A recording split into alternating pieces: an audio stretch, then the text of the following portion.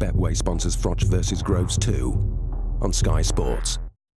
This is Coogan Cassis for IFL TV. We're in Westfield here in White City for the George Groves Open workout. With me from the Boxing News, TRIS DIXON. How are you, TRIS? Coogan, how's it going? I'm alright, what's happening? Good. Busy week, mate, but if you can't get into this, then you can't get into anything. It's not the sole reason why we do it, but this is an incredible week to be involved in. Of all the stuff you have been involved, which has been since when the magazine opened 100 years ago, yourself, is this different from other stuff, British, domestic stuff? British, yeah, British. Yeah. It's got more of an American feel on it, because obviously the timetable's been quite well published. You know, the stuff every day, Monday, Tuesday, Wednesday, Thursday, Friday, and of course the fights on a Saturday. It's kind of got an American feel to it, while in British surrounds. But at the same time, there's no control centre. You know, we've got like the media centre in Vegas where you're a bit spoilt, where you can sort of make your base for the week, and here it's a little bit all over the place. What's the feeling in the office at Boxing News? Have you got a split between the people that work there? Yeah, there is. Yeah, people are torn everywhere you go, and you know, I tried to get some good expert views on it for the magazine, and people are just split. And some people don't want to go on record. Some people just won't give a verdict as to who's going to win. You know, won't or can't? Can't. Yeah, I mean, some people we've spoken to have got nothing to lose by saying they just genuinely can't pick a winner, which is great. I mean, that's what. You know, and where do you sit on this? I sit. If you buy the magazine or download the app, you'll find out. If you want some advice, I'd actually say I quite like the draw at 25 to 1. I think those are really long odds. Did you swerve this question on ringside? I didn't get asked because I think they kind of assumed that it was going to go in the magazine anyway, which is where it is. This is kind of like Carl Froch, George Groves selling Carl Froch. What shot he's going to hit with, and he asked him it's going to be a left or a right. Yeah. It's kind of very so much one like of the fighters will win. Is that what you're saying? I can give you a bit more colour.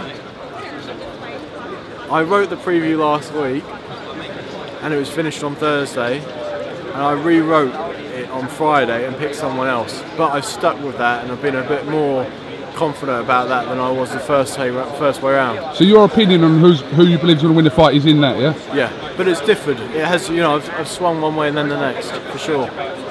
I mean, there's so many questions that we don't have answered. You know, I was speaking to Spencer Oliver earlier. Thinks Carl might be looking old.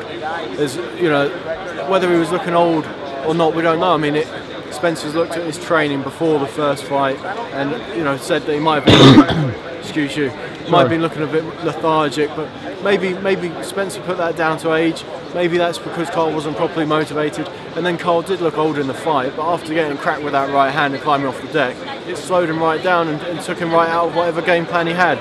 So, you know, was he old because he is getting old and because he is aging, or did he look old because he wasn't motivated, wasn't as sharp, wasn't as keyed into the fight, and then got hurt early on? You know, there's so many questions, Coop. I mean, one of the definitive ones is, you know, was Froch 5 or 10 seconds from a glorious come from behind victory, or was Groves on the way to a famous underdog upset? I mean, it's just, you know, so many questions unanswered that we need the answers to. Absolutely. I can see you've been distracted there, mate. I'm not being distracted, no. I'm just taking your eye off the ball there, Coop. I'll never take my eye off the ball, how dare you. Thursday, relevant to Saturday, what happens in this press conference, yes or no? Depends on how far it goes. I mean, if George Groves slaps Carl Froch, then that could be relevant on the day. It depends on how far he pushes it. It depends how far he antagonises him. Generally, though, and where it will have a bearing is if Carl loses sleep between Thursday and if he gets over anxious and uses too much energy in the build-up, nervous energy or anxiety, and vice versa. If Carl gets serious one-upmanship over George, and George might change his perspective, but ultimately, when the bell goes, you know, it's just the two guys, isn't it? All right, TRIS DIXON, thanks for talking to IFL TV in association with Betway, and we'll look forward to seeing what happens this week. Can I just ask you a question, Coop? Who are you going for? You'll have to see it in a video that I'm not going to post out. Have you changed your mind? I've changed my mind twice. Have you? Okay. Twice I have. Are you going to stick with who you've got now? Are you confident? I don't know.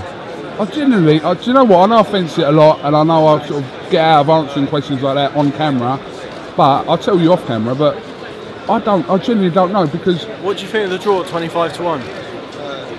I think it's unlikely to draw, but it's not a fair shout. It's not a fair shout. It is a fair shout, rather, but as Glenn McCrory suggested, any situation in this fight that happens wouldn't surprise you. A FROCH stoppage, a George Groves stoppage. If it really went 12 rounds, would it really surprise anyone? No, it wouldn't. It wouldn't. No situation would surprise anyone in this, so we'll leave it there. Yeah, okay. Thanks for having me, Cougs. Thank you very much, Chris Dixon.